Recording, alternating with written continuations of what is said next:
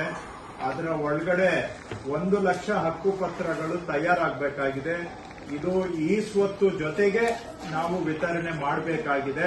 ಹಾಗಾಗಿ ಅದನ್ನ ಹಿಂದಕ್ಕೆ ತಾವು ಡೆಡ್ಲೈನ್ ಗೊತ್ತಿದೆ, ಬ್ಯಾಕ್ವರ್ಡ್ ವರ್ಕ್ ಮಾಡಿ ಅಷ್ಟೊತ್ತಿಗೆ ಎಲ್ಲವನ್ನು ಕೂಡ ತಯಾರಿ ಮಾಡಿಕೊಳ್ಬೇಕು.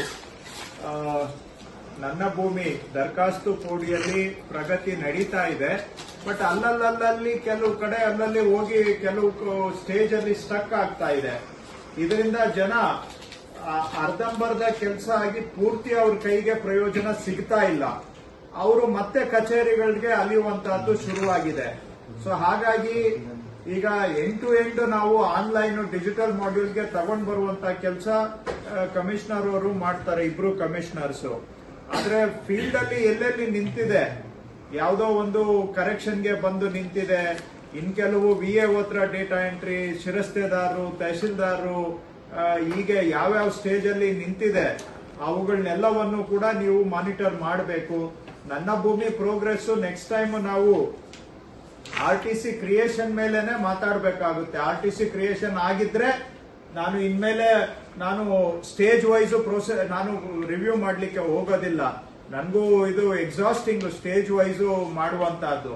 ಸೊ ನಾವು ಸಿಂಪಲ್ ಆಗಿ RTC ಕ್ರಿಯೇಷನ್ ಮೇಲೆ ಮುಂದೆ ಪ್ರಗತಿಯನ್ನ ನಾವು ನೋಡ್ಬೇಕಾಗತ್ತೆ. ಸೊ ಅದರ ಕಡೆಗೆ ದಯವಿಟ್ಟು ಎಲ್ಲರೂ ಗಮನ ಕೊಡುವಂತ ಅವಶ್ಯಕತೆ ಇದೆ.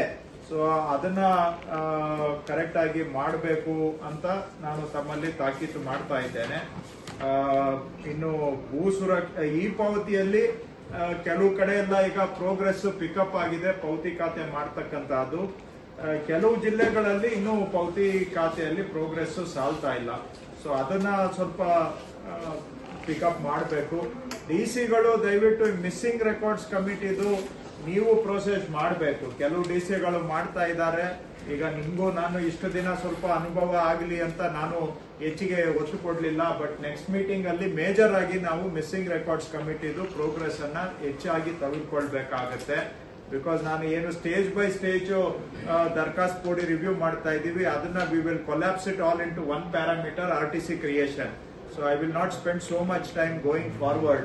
We will spend little time on that, and next major time will be spent on missing records.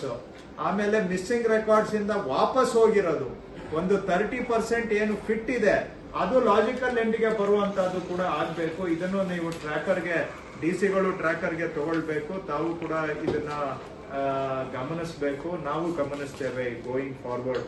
ಇಷ್ಟು ವಿಷಯಗಳನ್ನ ತಮ್ಮ ಗಮನಕ್ಕೆ ತರುತ್ತಾ ಕೆಲವೇ ದಿನಗಳಲ್ಲಿ ಹೊಸ ವರ್ಷ ಇದೆ. ತಮ್ಗೆಲ್ಲರಿಗೂ ಕೂಡ ಹೊಸ ವರ್ಷದ ಶುಭಾಶಯಗಳು, ಕ್ರಿಸ್ಮಸ್ ಶುಭಾಶಯಗಳು. ಹೊಸ ವರ್ಷ ಎಲ್ಲರಿಗೂ ಕೂಡ ನಿಮ್ಮ ಜೀವನದಲ್ಲಿ ಹರುಷವನ್ನ ತರಲಿ, ಜೀವನದಲ್ಲಿ ನಿಮಗೆ ನಿಮ್ಮ ಕುಟುಂಬದವರಿಗೆ ಸುಖ, ಶಾಂತಿ, ನೆಮ್ಮದಿಯನ್ನ ತರಲಿ ಅಂತ ಹಾರೈಸ್ತೇನೆ.